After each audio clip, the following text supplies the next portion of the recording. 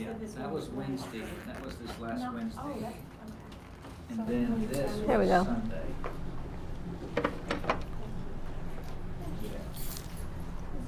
Hi, Denise. Oh. You can have it now. The batteries are getting low.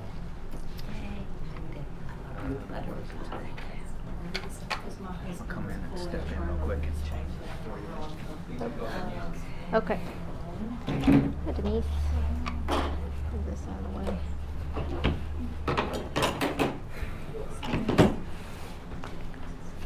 All right. Well, I was going to start, but Clint said my batteries are low here. So he's going to come back in.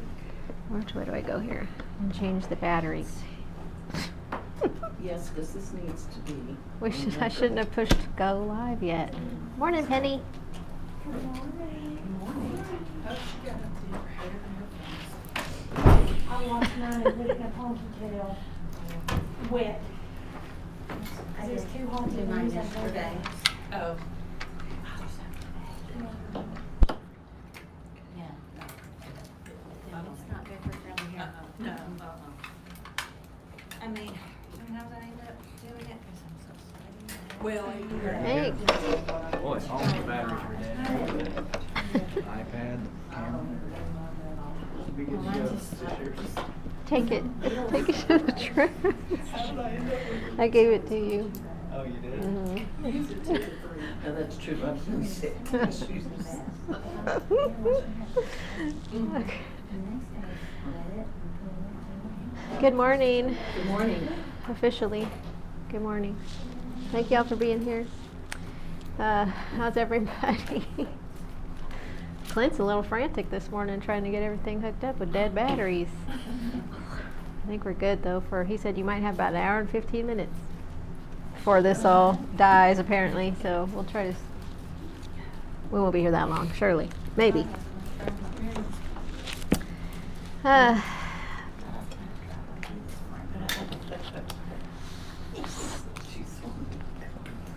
Did you see my message I sent you to let us know when we, I thought it was funny and I was like, oh, I hope they don't know. So today we are doing kind of a one-off, as Clint puts it, from what we're going to be doing eventually. We're going to be going through the book of Judges and talking about that book and the various judges in there, but not today because I'm still prepping.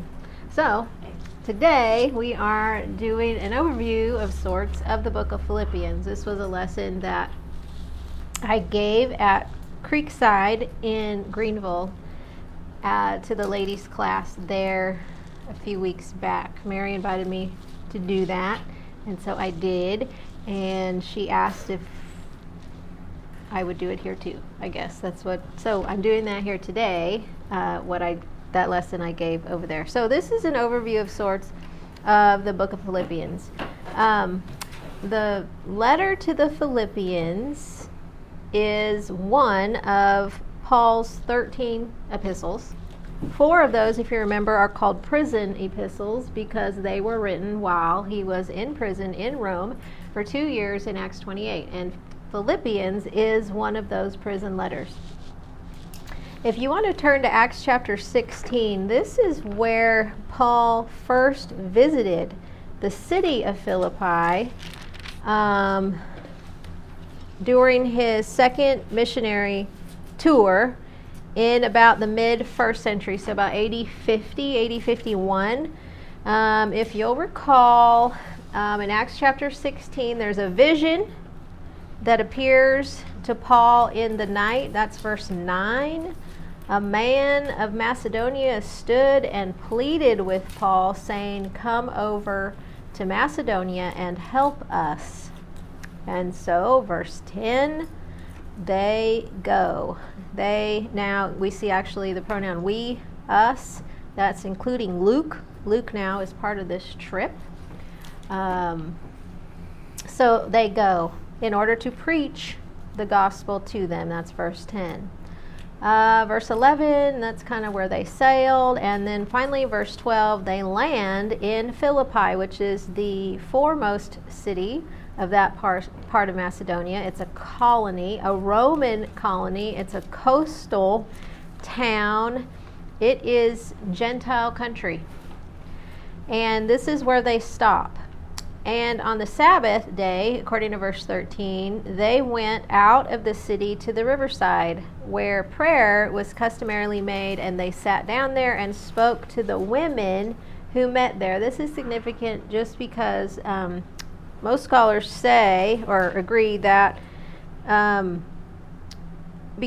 me back up. As you know, Paul's habit in every new town that he went into was to go into the synagogue and preach Jesus there, to convert Jews out of Judaism into Christianity. And so that was his custom, his habit. And so when he gets to Philippi, apparently there wasn't a synagogue. Of course, he is in Jewish country, a Gentile country, but sometimes even in Gentile country there are pockets of Jews who worship. And according to scholars, in order to establish a synagogue, 10 Jewish men were needed. And apparently that just wasn't the case here in Philippi. Philippi didn't even have 10 Jewish men in order to establish a synagogue. So the women met by the river and prayed there and worshiped there. And so that's where Paul hears about that, and that's where they go on the Sabbath day to the riverside to speak to the women who met there. And of course there we learn of Lydia. She was a seller of purple from the city of Thyatira, and she worshiped God. So she was a proselyte already out of her pagan Gentile religion into Judaism. So she worshiped the one true God, and of course Paul preaches and she is converted. Verse 16 now, we have the occasion of a slave girl who is possessed with the Bible, my version says, a spirit of divination, and she brought her masters much fortune or profit by fortune telling. So she was a very profitable servant to her masters. But Paul cast that spirit out. And of course the masters don't like that, and they beat him for that and land him in prison. And that's where we're introduced. Of course, you remember the Philippian jailer. Paul and Silas are in jail, and they're praying and singing hymns to God, verse 25, at midnight. The prisoners were listening, and then all of a sudden there was a great earthquake, and the foundations of the prison were open, and immediately all the doors were open, and everyone's chains were loosed. And the prison guard there, the prison keeper, freaks out, really, because now he's ready to he draws his sword ready to kill himself, because he knows he's failed at his job, and this was a severe, he was going to die anyway. That was going to be his punishment for everybody getting free here. And so Paul stops him and says, no, wait a minute. Anyway, and he was baptized, of course, you remember? He and his household, the Philippian jailer, was baptized, him and his household. That's verse 33 and 34. And eventually, Paul and Silas and Luke, they depart this place. But you have here, this is in Acts 16, you have here the start of the church at Philippi with a Gentile woman, a Roman jailer, and possibly a slave girl. But when we open up to Philippians chapter 1, if you want to turn there now. So tell me again, you were saying, okay, so 16 is basically broken down into, what was it you just said? It was. So we have, Lydia is first introduced, and then a slave girl who has a spirit of divination that Paul casts out is next, who's introduced, and that gets them into jail. And then we have the Philippian jailer next. So this is the beginning of. Yes. So Lydia and her household were the first converts to Christianity. Perhaps the slave girl then, after that, maybe, we're not for sure. And then we do know for sure the Philippian jailer and his household were the next. So we have the start of the church here in Philippi in Acts chapter 16. But when you turn now to the book of Philippians and turn to the first two verses here, or the first verse, it reads, Paul and Timothy, bondservants of Jesus Christ, to all the saints in Christ Jesus who are in Philippi, with the bishops and deacons. So now you have approximately 10 years later, this is when this letter was written, approximately 80, 61. 10 years later, you have the church who now has elders overseeing her and bishops serving. So they have grown, obviously, and they have leadership, and I think are functioning very well. But really, what is this letter about? A lot of people take this letter and point out that in this letter, the word mind is used about 14 times, and that's a good way to study the book if you were to go through and highlight the word mind every time and take note of that. And some people take the road of analyzing the book through the word joy. Joy, that word is found about 17 or so times in the book, and that's a great way to read the letter, is by reading through it and highlighting every time the word joy is used. But today, I want to take a different approach. I want to approach this as a personal letter. This letter to the Philippians is very personal because it is personally about, number one, Paul, about number two, Jesus, and about number three, the Philippian brethren. And so that's going to be our three main points for today.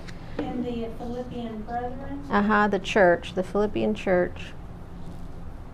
So number one, this letter is personal because it is personally about Paul. This letter really gives us a glimpse into Paul's heart that we don't really get anywhere else. It gives us a glimpse into his deep love and gratitude. His positive. Mm-hmm. He had such a positive attitude, it seemed like, through most of it. Yeah. And it gives us a glimpse into that deep love and gratitude because of the kindness and generosity of these brethren. They have a long history, remember? They started already 10 years ago together in their history, and he was with them from the beginning. And so we see this at both the beginning of his letter and at the end of his letter. For instance, in chapter 1, verses 3 and 4, we see Paul's heart. I thank my God upon every remembrance of you, always, in every prayer of mine, making request for you all with joy. We see the word all and always. He is very thankful for this group of people because of verse 5. Because of their fellowship in the gospel from the first day until now. And that first day was in Acts 16, when he went to the riverside to meet with the women, of whom Lydia was one of them, in order to preach the gospel of Christ there. So he thanks God in all his prayers because of their partnership together in the gospel from that first day even until now, trusting in verse 6 that God, who began that good work in them in Acts 16, will complete it until the day of Jesus Christ. Verse 7, he says, I have you in my heart. I like the ESV. It says, I hold you in my heart. I have you in my heart, inasmuch as both in my chains and in the defense and confirmation of the gospel, you all are partakers with me of grace. You all are co-participants or companions with me of this grace. There's a deep interpersonal relationship between him and the brethren at Philippi. He loves them dearly. So that's at the beginning of his letter. Oh, verse 8. Did I read that one? Oh, how greatly, he says, God is my witness, how greatly I long for you all with the affection of Jesus Christ. So he misses them. He wants to see them. He wants to be with them, visit them, encourage them, and be encouraged by them. But he's in jail, so that's not happening at the moment. And also at the end of his letter in chapter 4, verse 1, this is probably one of my favorite verses, reflecting, as far as it goes in reflecting Paul's heart here. He says, "Therefore, my beloved and longed for brethren, my joy and crown, so stand fast in the Lord, beloved." That's just beautiful. Where is that? Chapter 4, verse 1. Sorry, I was writing. That's okay. That's okay. So we see his deep love for the church at Philippi. These were his baby, if you were. These were his infants, his little ones that he's been encouraging to grow in the faith for 10 years or so, and he loves them deeply, and they have been a joy to work with. Many of Paul's letters aren't in this same vein. When you think of like his letters to the Corinthians, he doesn't speak like that, like this, to the Corinthians. The Corinthians were a different group and had a lot of problems and gave Paul a lot of problems. And so he doesn't have that same warm, fuzzy feeling that he does for the Philippians. And then at the end of chapter 4, in verses 10 through 20, here is Paul pouring out gratitude from his heart for the generosity of the Philippian brethren. He says in verse 15, they helped a couple of times. He says in verse 15, "You Philippians know that in the beginning of the gospel," so that's Acts chapter 16, "when I left Macedonia," that's Acts chapter 16 and verse 40, "no church shared with me concerning giving and receiving, but you only." And so they helped him on his journey after he left the region of Macedonia, as I'm sure a token of their appreciation for the truth of the gospel, for coming to Macedonia, for preaching to them, and for helping them. And so they helped him monetarily on his journey. Verse 16 again, he says, "For even when I was in Thessalonica," and that's Acts 17, "you sent more aid once and again for my necessities." And so Paul's very, very grateful for their help. And we'll talk a little bit more about the generosity of the Philippians in a minute. And so this letter is personal because it is personally about Paul and we get a glimpse, a really good picture into his heart, deep gratitude and love pouring forth for the kindness and generosity shown to him by the Philippian church. Number 2, this letter is personal because it is personally about Jesus. We get a glimpse into the deep and personal inner working of God the Father and God the Son in this letter. Open to chapter 2, please. We're going to spend a few moments here. Philippians chapter 2, verses 5 through 11. Before I read this, or we look at this, would like to know which versions everybody has here. I have King James. King James. I've got ESV. ESV, and you have New King James. Mm-hmm. You have ESV. Okay. Clint has preached over this many a times, but I think it's important. We have you, me, Debbie. We have unfortunate versions in this case. Wait, what do you have? ESV. Yeah, you might be all right. I don't remember. What's it say in verse 6? Somebody read verse 6. Chapter 2. Mm-hmm. Though he was in the form of God, did not count equality with God a thing to be grasped. Right. Okay, that's good, better. But the New King James and the King James versions are just horrible translations of this verse. But here we have in verses 5 through 11 we see the humility of Christ here, but what we see here really is what happened in eternity past, really. And we get a glimpse into this personal interworking of God the Father and God the Son. Paul says in verse 5, we'll read it through together, and I'll just read my version here as it says, and then we'll go on to explain some things. But verse 5 says, let this mind be in you, which was also in Christ. So he's encouraging the Philippian brethren to have this mind. And here it is. Christ, who was in the form of God, my version says, did not consider it robbery to be equal with God. We'll talk about that in a minute. But he made himself of no reputation, and he took the form of a servant, and he came in the likeness of men. And being found as a man, he humbled himself, and he became obedient to the point of death, even the death of the cross. Therefore God has highly exalted him, given him a name which is above all names. Every knee is going to bow, every tongue is going to confess that Jesus is Lord, to the glory of God the Father. So we've read these verses before, and I'm sure you've learned some truths about this. And the main thing I want to take from this is what really happened here when God the Son emptied himself. Verse 6, my version says, who being in the form of God did not consider it robbery to be equal with God. The ESV says that he did not count equality with God something to be grasped or held onto, which means that he let it go. This equality with God. He let go of full glory.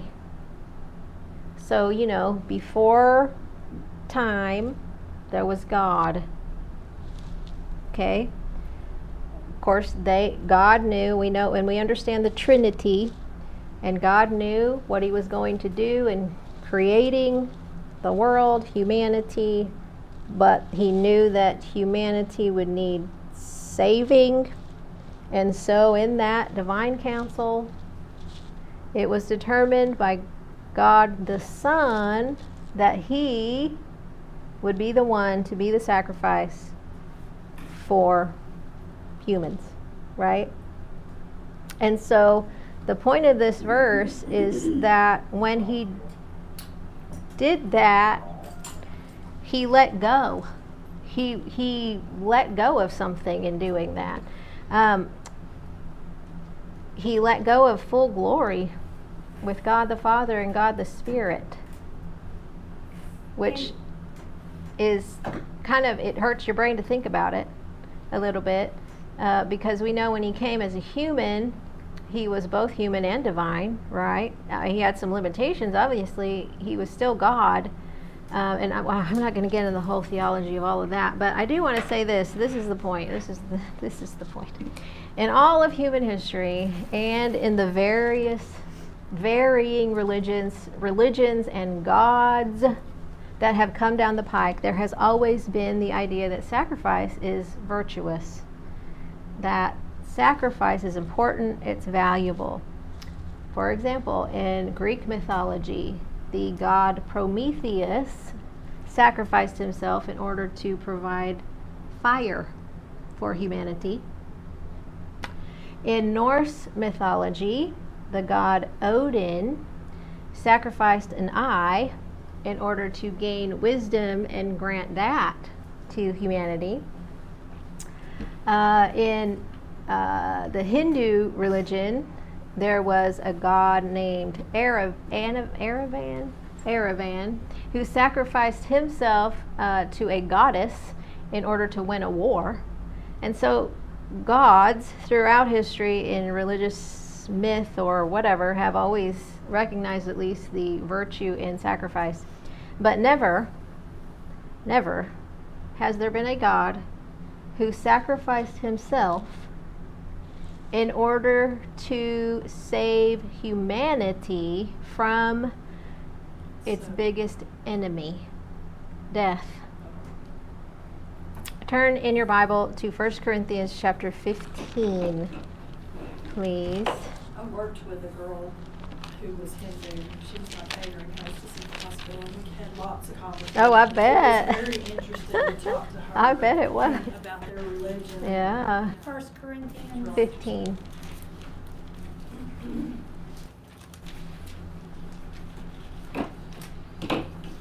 here we see what happened really when God the Son emptied himself. 1 Corinthians 15, beginning in verse 20.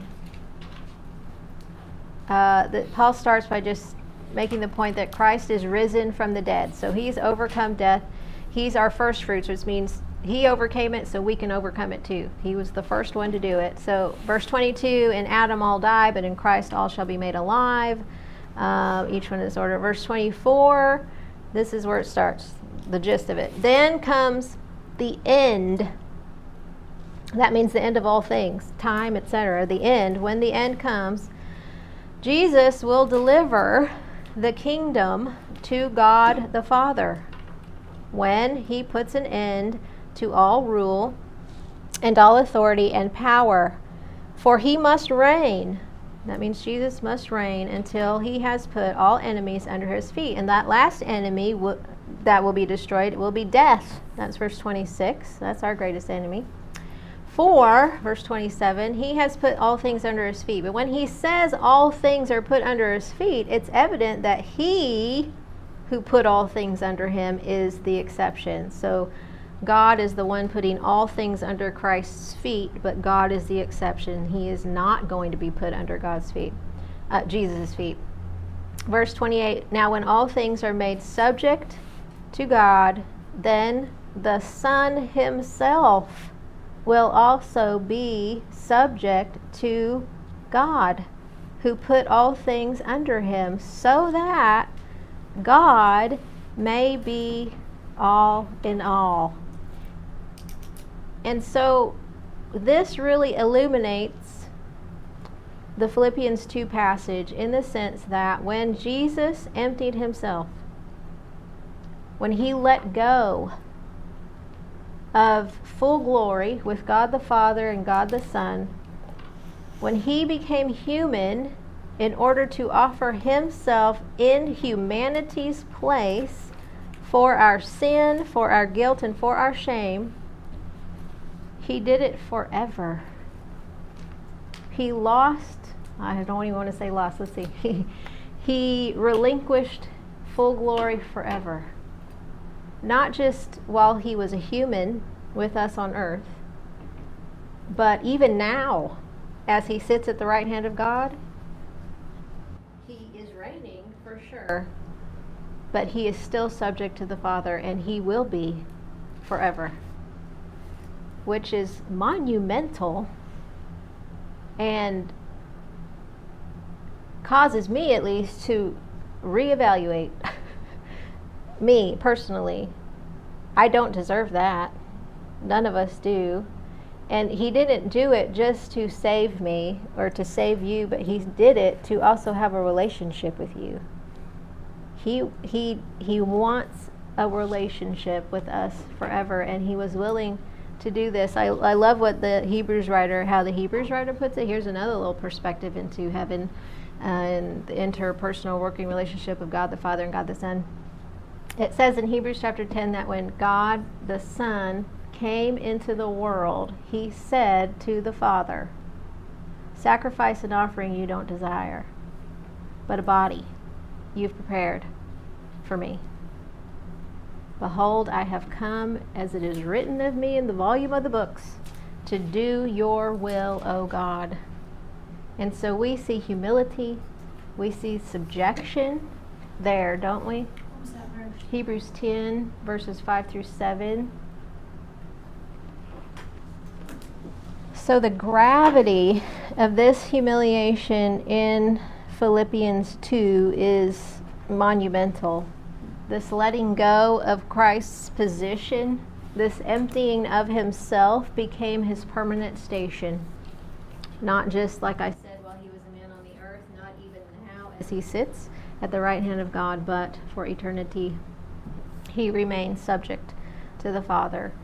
And I just, that's deep and huge. So Jesus, for the Son of God, remains subject to God for all eternity. Because, yes, because he let go according to Philippians 2, if you want to turn back, he let go. He was not willing to hold on to that full glory in order to come as a human, take the form of a servant, humble himself, and be obedient to the point of death, and even a humiliating death like the death on a cross.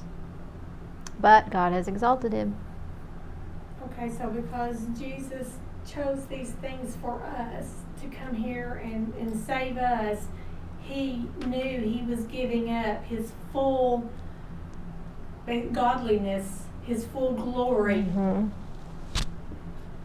to come and save us, even though, okay, he was going back to his father, to, you know, the right side He of would his never, father. He's still, right. he's not as, how do I say it? It's hard to put in glorious words. as he could have been had he not come Yes. to save us. Yes. He gave up so much, more than even we can imagine. Right. So am I understanding that Yes, correctly? absolutely, Okay. absolutely. And I know it's really difficult to put into words, because then sometimes we fall under the danger of saying, you know, coming close to saying that Jesus isn't God, by when we think about him not losing some of his deity or godship or something like that. That's not what we're saying at all. He's still very much God. And all that entails, but he, when he came, became subject to God the Father. And there just wasn't that before time. Would it be like saying he took on a different role? Oh, definitely, yes. Okay, So that's a good way to put yeah, it. so before time, I don't know necessarily that there were roles to fulfill. There was just God, right? God. Like, I didn't want to get into big theological discussion here. But yes, so when it was determined somewhere back in eternity past that it was time to create and this is what was going to happen, which they knew, God knew, of course, then it was okay. But I don't want to, God, I'm trying to put words into God's mouth. That's, but from a human perspective, God basically, this is what's going to happen when we create humanity. And they're going to need saving. What are we going to do? I know that's not how it went, I'm sure. But you get the idea. And so, God, the Son, so then roles it falls came under into play. We don't understand, and we never will until God allows us to. It's one of those things you just don't. Like I said earlier, contemplating deity and God, it hurts to think about it. But I think that there are some things that we can know, like what we're learning in Philippians chapter 2, what we learn about in 1 Corinthians 15, about Jesus letting go of, and what that really means, and how that should motivate us. Yeah, because you don't think of him losing power, Position, or because right. of what he did. You would think it would elevate him because of what he did. That's the way it goes here, but in Philippians 2, God's highly exalted, and he sits highly exalted at the right hand of God. But he's subject to the Father still. You think, what did Jesus do for us? Well, he died on the cross and went through all of that. No, it's so much more than that. And the first time you taught this, I was like, what?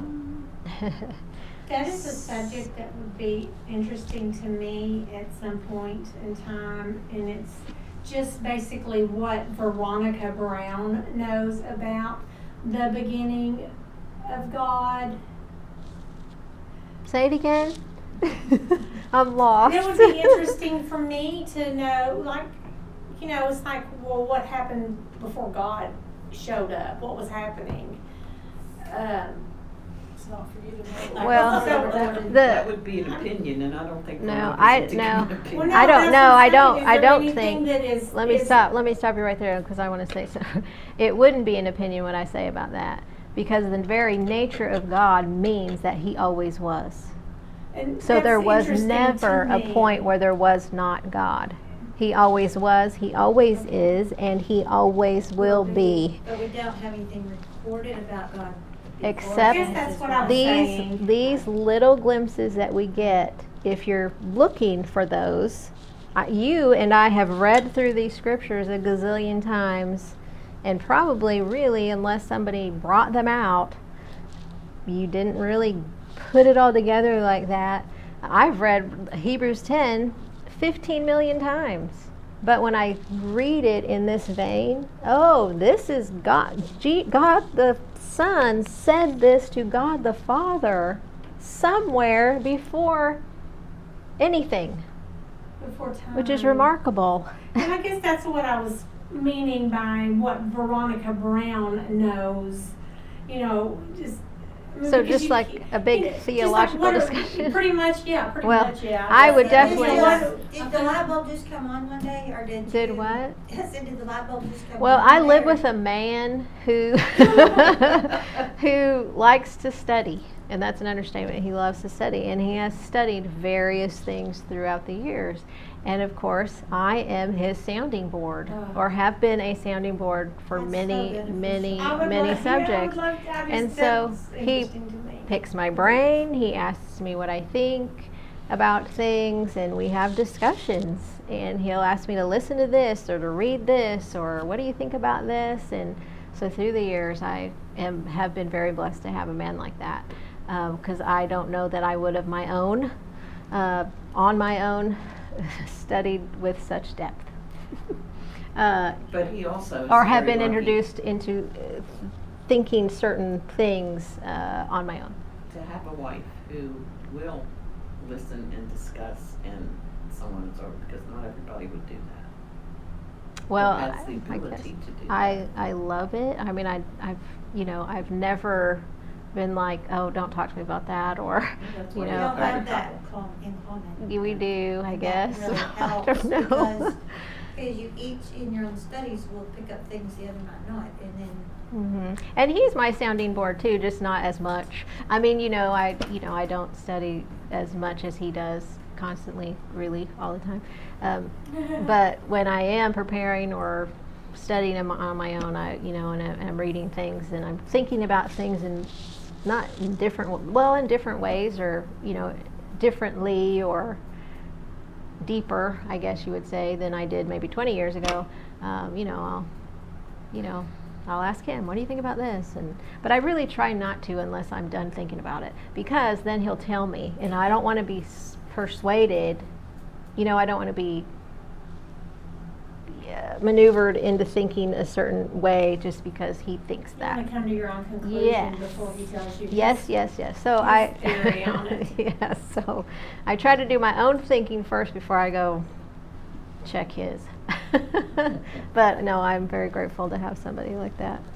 I am. Okay. Anyway, where were we? Hebrews 10.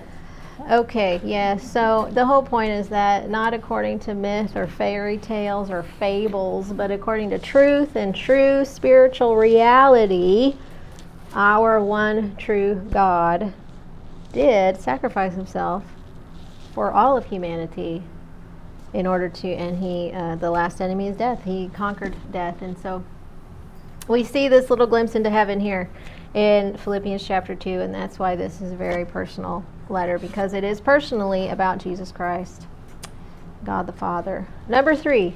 Wow, what time is it? Number 3. This Philippian letter is personal because it is personally for and about the brethren at Philippi, the Christians at Philippi. Primarily, it's a call to unity. This is in chapter 1, chapter 2, and chapter 4. Chapter 1, verse 27, Paul says here, only let your conduct be worthy of the gospel of Christ, so that whether I am there or whether I'm absent, I will hear of your affairs. And I want to hear that you're standing fast in one spirit, with one mind, striving together for the faith of the gospel. So he is really encouraging unity among the church at Philippi. Chapter 2, verse 2, he says it kind of again. Fulfill my joy by being like-minded, having the same love, being of one accord and of one mind. And then again in chapter 4, verse 2, here he's actually talking to two women and imploring them both to be of the same mind in the Lord. So unity, this letter is a call to unity for the church at Philippi, and this is what unity looks like among brethren. Give a few points here. This is what unity looks like, and this is how it is attained. First, it is love. You cannot have unity unless you have love. Chapter 1, verse 9, Paul prays that their love will abound more and more in knowledge and all discernment. So love, there has to be love. Unity is also attained even when there is suffering. The Philippian church was facing persecution. It's not surprising, but they were. Chapter 1, verses 29 and 30. Paul says, for to you it's been granted on behalf of Christ not only to believe in him, but also to suffer for his sake, having the same conflict which you saw in me and now here is in me. So they were facing some of the same conflicts that Paul was there at Philippi. And so suffering, unity can still be had in the midst of suffering. Humility, there cannot be unity unless there is humility. This is all of the first half of chapter 2. Jesus is our ultimate example and our greatest display of of humility, love, and suffering, actually. There cannot be unity without humility. Yes, thank you. Unity also involves joy. As we pointed out, joy is a key word in the book, about 17 times.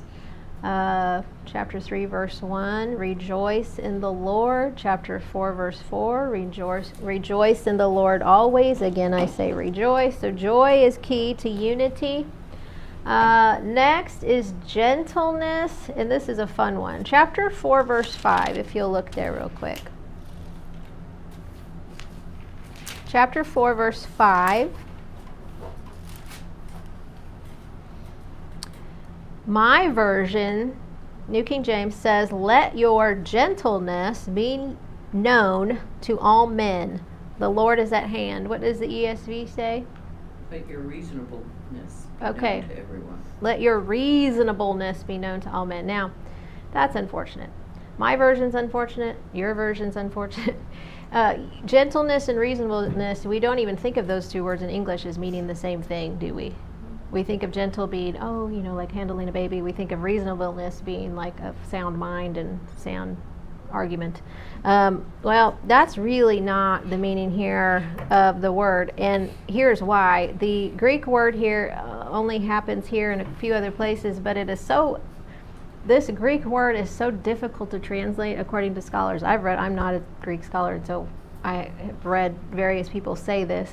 So it pretty much is accepted that this word is so difficult to translate that you just have to pick one, basically, and kind of hope for the best. And so the New King James and King James, do you have gentleness?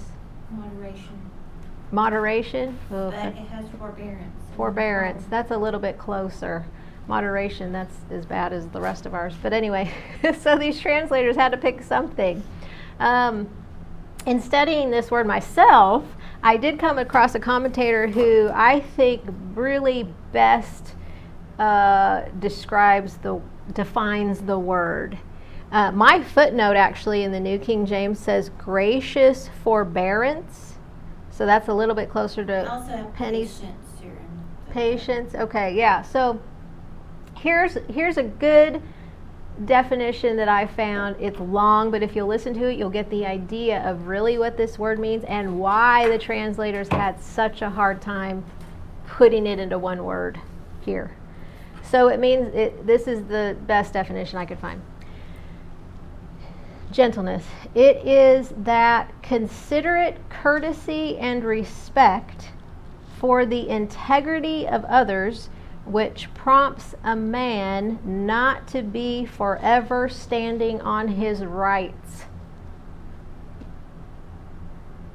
I'm gonna write this down. I'm not That's right. It's a difficult word. Let me read it again. Yes, thank you. It's that considerate courtesy and respect for the integrity of others, which prompts a man not to be forever standing on his own rights. So, it is when you have the right, but you let that go for the sake of somebody else. Is that helpful? Courtesy and respect to let go of your own rights. Yeah. Uh, For somebody else, for Okay. the good or Yeah. sake of somebody else. So that considerate courtesy and respect for the integrity of others, which prompts a man not to be forever standing on his own rights. And this is preeminently the characteristic of Christ. That's exactly what he did. He let go, didn't he? We talked about that. He emptied himself in order, well, we've already talked about it. This is used of Christ in 2 Corinthians 10:1. That's a good verse to write here as a cross-reference for this word. Which one? 2 Corinthians chapter 10, verse 1. I'll let you turn there because it's too good to pass up. 2 Corinthians chapter 10 and verse 1.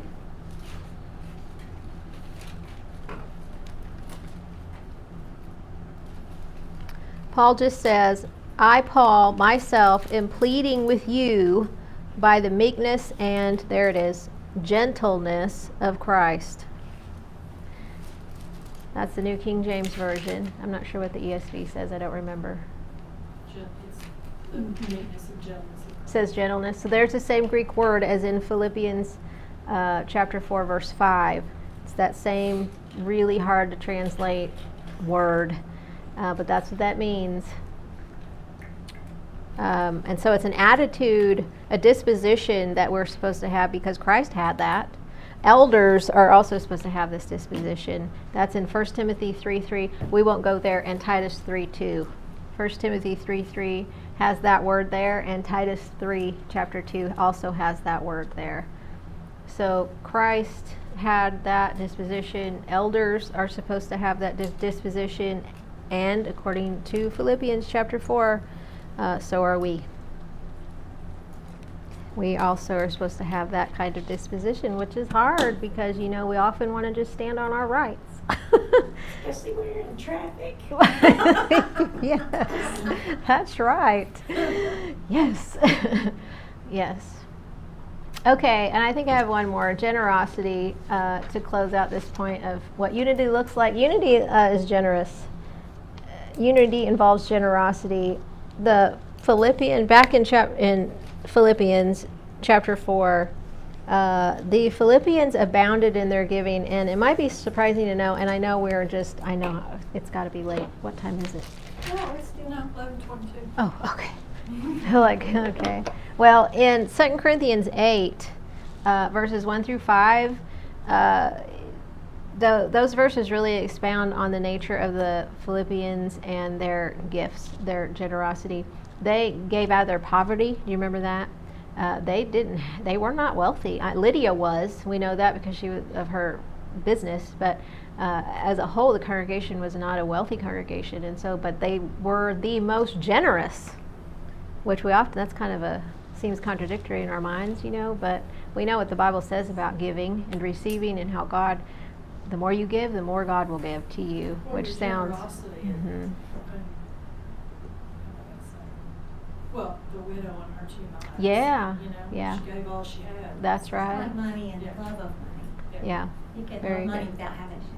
yep, sure, very good. So the Philippians abounded in their giving. That's in chapter 4, and we looked at some of those things already. 2 Corinthians 8 elaborates on that a little bit more. And the reason for unity, finally we're close out this lesson. The reason for unity is because of chapter 3, verse 2. There are dogs. Paul says, beware of dogs. Is that what the ESV says?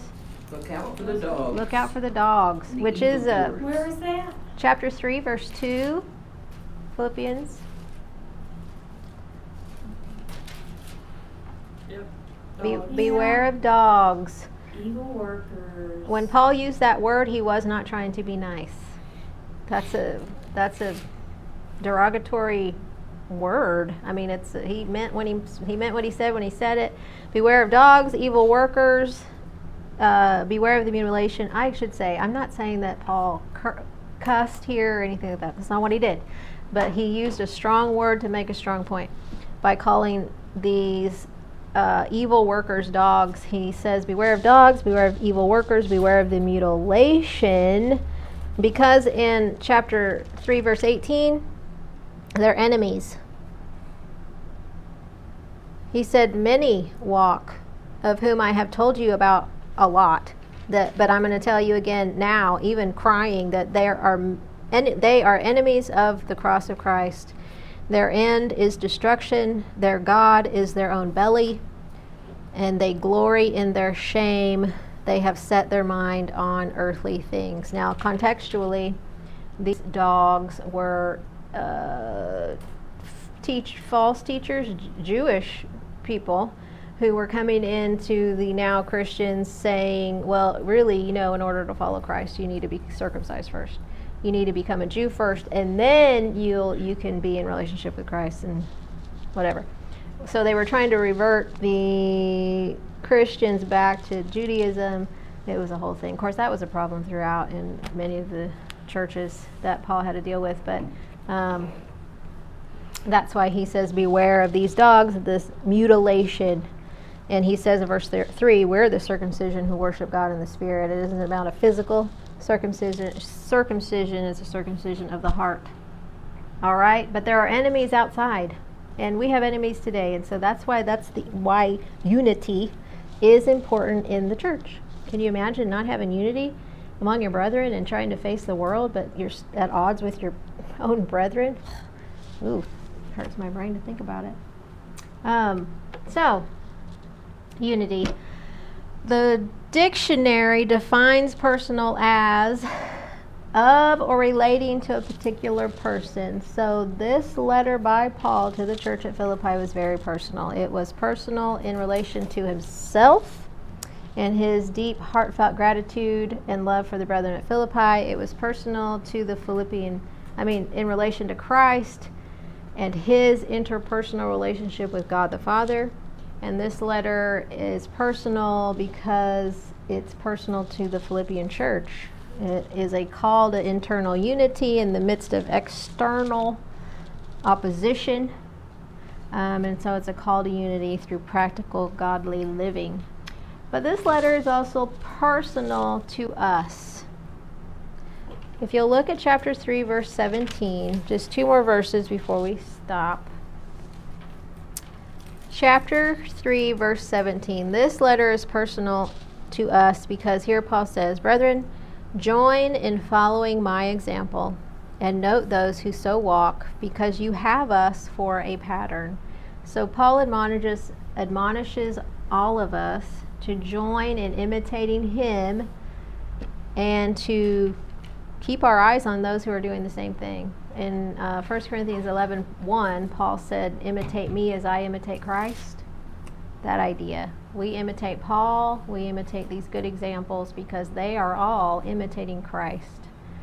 And so we can learn a lot from this letter. A lot of good things to imitate in this letter. And chapter 4, verse 9, he says, the things which you learned and received and heard and saw in me, these do, and the God of peace will be with you. Thanks be to God for his peace through Christ. Okay, I'm done. That's it. So that was basically the gist of the lesson I gave at Greenville. I think it went a little faster though. Yeah, I think it was only 40 minutes. Whatever. Yeah, it wasn't We didn't this think- long. we didn't really That's have right. discussions. Yeah, we had very little discussion over But I there. thought it was a phenomenal lesson. That was it. Any questions or other comments? I do appreciate all the comments, really. It's hard to judge how a class is going to go when you give like at Creekside, when I gave the lesson, I fully didn't expect any comments, but I'm glad there was a few. And in this class, I was thinking, oh, well, I'll just give it as I did at Creekside, just, like a sermon, right? But we don't keep our mouths shut. Yeah, that's okay, but that's okay. That's my problem. They took notes or anything. Yeah, but that's what Creekside's- and that was my fault. That's what we're used to. Women in Creekside's Bible study are used to just conversing. They don't usually have somebody teaching the class. Mm-hmm. Just round table kind of thing.